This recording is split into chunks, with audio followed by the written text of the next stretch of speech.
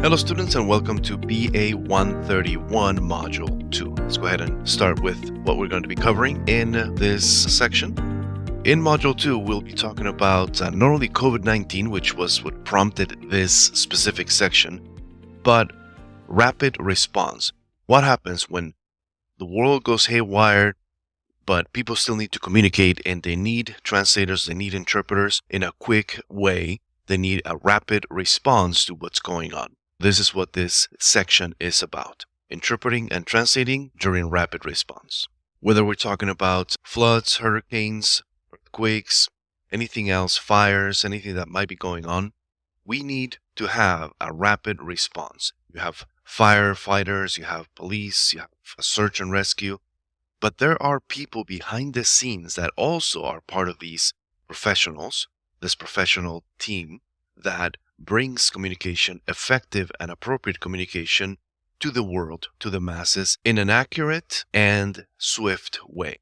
And that's what we do as translators and interpreters. So rapid response is an adjective that gives a quick response, specifically designating a team or unit of people who are deployed to deal with an incident or situation as soon as possible. This is from the Oxford Dictionary. And translators and interpreters have been dealing with natural disasters for many years, decades even. But this is the first time when COVID happened that we had to deal with a worldwide situation, and we had to keep as much as possible clear, concise, and coherent communication. Emergency response or rapid response could be translated as respuesta rápida. And in evaluating the usefulness of translation technologies for emergency response communications, there was this study based on this scenario. And the National Institute of Health said that technologies are emerging and have been emerging since that have the potential to assist with language translation in emergency response. However, as anything that is developing, improvements in accuracy and usability are needed before these technologies can be used safely in the field. We cover this more in the introductory class BA 130. Just as a review here, so if you're taking both classes, you'll know about this. During one of these talk shows, there was this girl who called in to ask about what can her mother do, because her mother was suffering from COVID. So when this 10-year-old translated for her parents on live radio, thousands of people recognized themselves. So I want you to follow this link and listen to that portion right there and listen to why some of these people identified themselves. So these are some of the responses that were going out on social media. She became viral because of this. This 11-year-old, she was 10 or 11 at the time, called the KQED's forum on behalf of her parents who got COVID-19 and had questions, but the parents don't speak English. And that was the epitome of what immigrant children have to do in order to get information to their parents. And another commenter here, that was literally my whole childhood. As one of the older kids in the whole family, I was filling out all types of paperwork for my parents and our extended family. So we, as children, some of us had to deal with that, becoming the translators, the interpreters for our families.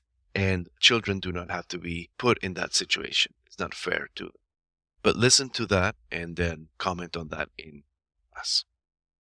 As I mentioned before, we had this worldwide situation, so people are using terms in different ways, and we need to find a way to make it somewhat cohesive, universal.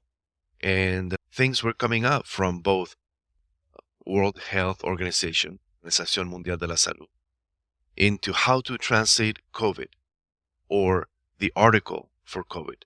El artículo, right? It's la COVID, right? From the World Health Organization, OMS. The CDCs, the Centers for Disease Control, called it el COVID. US media would call it el COVID. What is it? What do you think it is? Let's discuss that. There were other terms that were used to find uniformity. So again, the World Health Organization called it mascarilla. The CDC called it mascarilla. But there were other terms, as we'll see in just a moment. So, from the Real Academia, la mascarilla es una figura que representa un rostro humano, de animal o puramente imaginario con la que una persona puede cubrirse la cara para no ser reconocido. And in the module, we'll take a look at some of these documents that were the official documents put out by the CDC. Other uses of it. Another rendition of mascarilla, a face mask or a mask, was tapabocas. So we see this sign here where we talk about how this incorrect. Whether we use mascarilla or tapaboca, that's the meaning of it. How do we decide? I'll show you in just. But in here, you're missing the tilde in the question right there. ¿Quién? So how do you get consensus from worldwide users? Well, some recommendations are, of course, understand that you're dealing with a rapid response. So you have to act quickly. You have to use your best judgment. It's important to research the terminology. What are you trying to say? What are other people using? Are there official renditions of this term? Next is to make sure you know who your target audience is. Are you talking to primarily Mexicans living in the United States? Is your audience South Americans in Argentina? So they might use different terminology. And it's important, as we'll see later on, that medical terms have to be specific and accurate because this could be literally life or death. And the biggest recommendation is to look at the official names for organizations, the official names for centers, food banks, and the terms that they are using. When you're working with a specific client, of course, you need to use the client-approved terms. Some organizations have developed their own glossaries. If that is the case, of course, use that. If your particular organization has not developed an official glossary, but there's an industry glossary that is official, available, etc., then use that. You don't have to reinvent the wheel. Number two, in medical situations, make sure that you are using the client's terminology. Again, you have to refer back to the forms and the procedures that they have already been using. And if you're coming in and using this different term because I like it better, everybody's going to be confused as to what do you mean? Is this something new? Is this a new procedure? Is this a new device that we're talking about? Or is it the same thing that we've been talking about for 10 years because we use this term? Now, if it's clearly wrong, then that's a different story. Then you bring it up. But don't just go ahead and change terms that are official that the client has been using for a while just because you think it's better. There are gray areas, right? And consider the deliverables. What are you going to turn? Are you going to bring this in a Word document? Do you have to work with subtitles, as we'll see later on? Do you have to work with PDFs? So in addition to being a translator, in addition to being an interpreter, you have to be able to deal with these different technologies and softwares. The module has some assigned readings. I'll show you those when we get there. The homework, we'll talk about that. Then class exercise 2. This was something that went out, and my colleague, Professor De La Torre, had this, and they asked her to check this, and she noticed, well, this is not very good.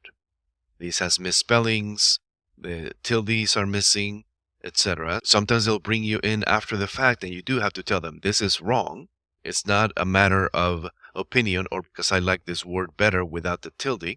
No, the más does need a tilde right there.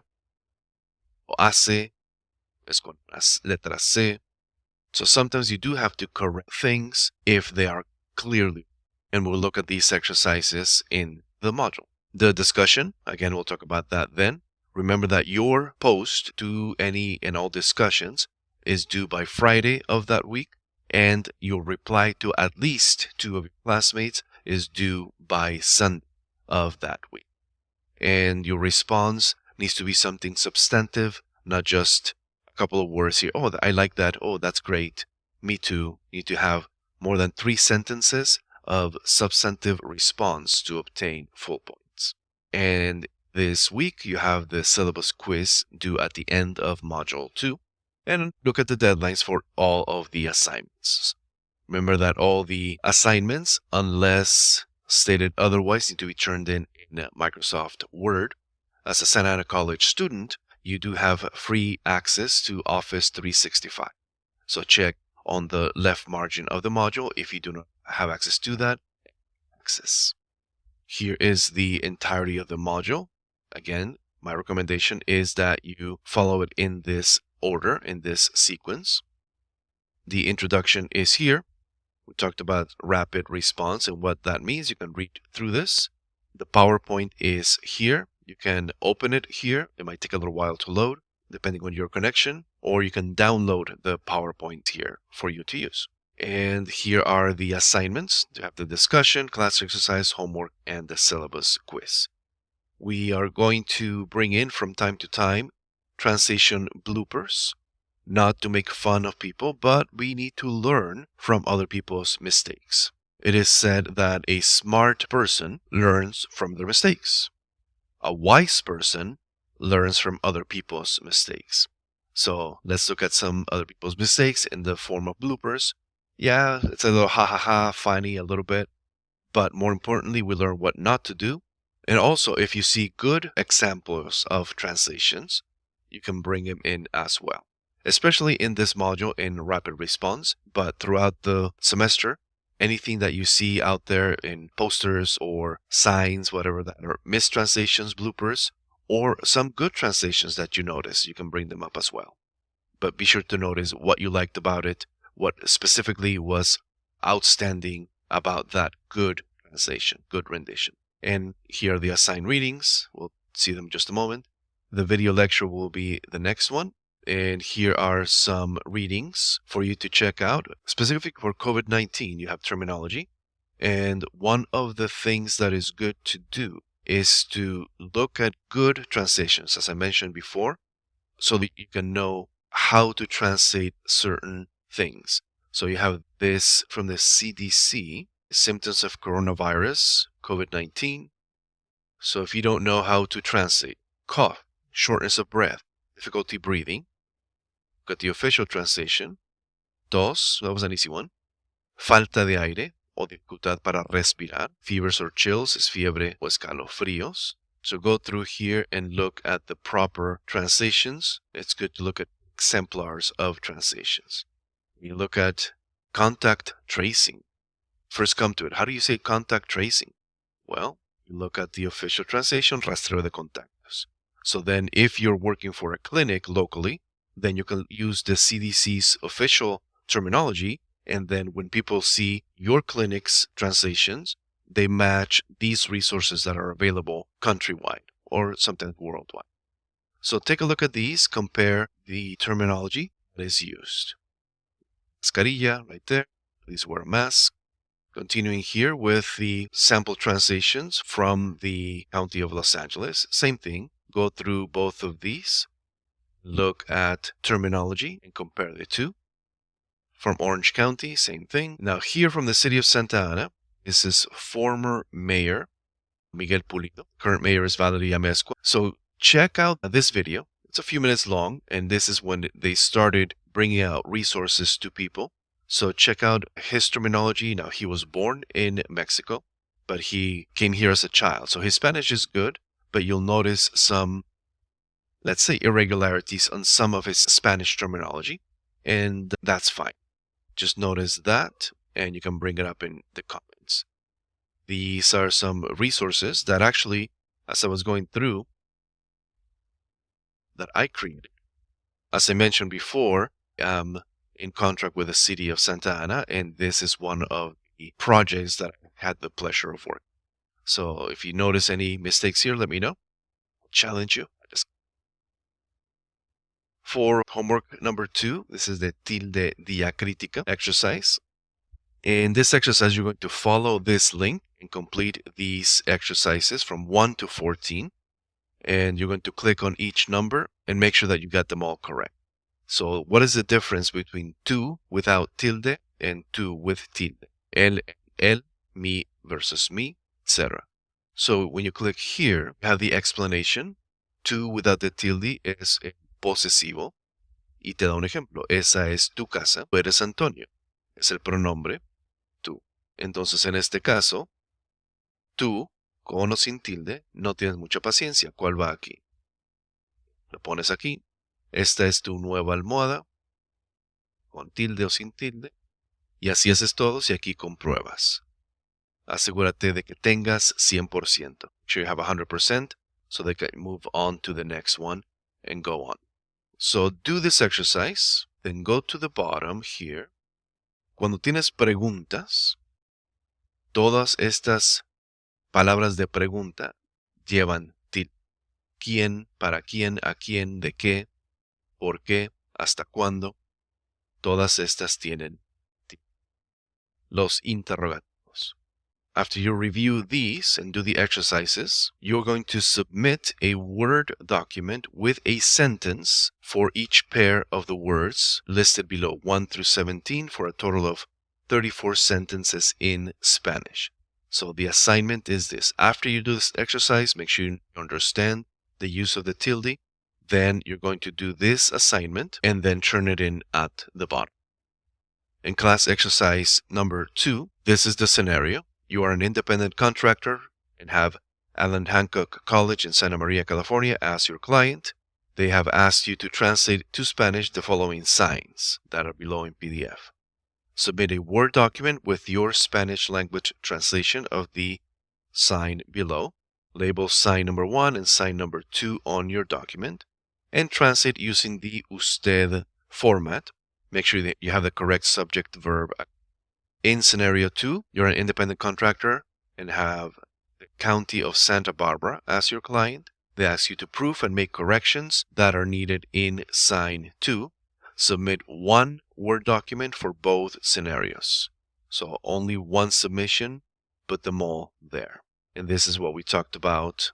See if you notice anything else in sign number 2. And for your discussion, introduction is right here. To pick any one of these TED Talks to comment about it.